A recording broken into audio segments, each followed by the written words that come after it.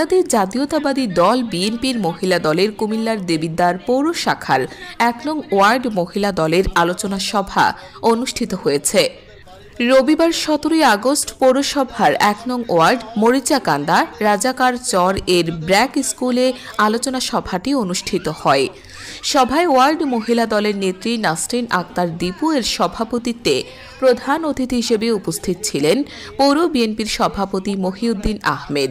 বিশেষ অতিথি হিসেবে উপস্থিত ছিলেন কুমিল্লা উত্তর জেলা স্বেচ্ছাসেবক দলের সিনিয়র যুগ্ম আহ্বায়ক এস.এম. ইমরান হাসান, দেবিদ্বার পৌর যুব দলের সভাপতি ইঞ্জিনিয়ার শাহজামান, সহ সভাপতি শাহজালাল কাজল, পৌর ১ নং ওয়ার্ড সভাপতি বিল্লাল হোসেন ভূঁইয়া, পৌর স্বেচ্ছাসেবক দল নেতা আশিক নিজামী, দেবিদ্বার পৌরসভা ১ নং ওয়ার্ড যুবদলের সভাপতি মোহাম্মদ কাউসার, সাধারণ সম্পাদক আলমগীর হোসেন, প্রচার সম্পাদক স্বপন, ১ নং ওয়ার্ড মহিলা দলের নেত্রী ফাতেমা আক্তার, তাসলিমা আক্তার, ইয়াসমিন আক্তার, আনোয়ার বেগম, নীলুফা বেগম, তানিয়া আক্তার, জামিনা বেগম সহ আরও অনেকে। আলোচনা সভায় সঞ্চালনায় ছিলেন মহিলা নেত্রী তাহসিনা আক্তার জেরিন।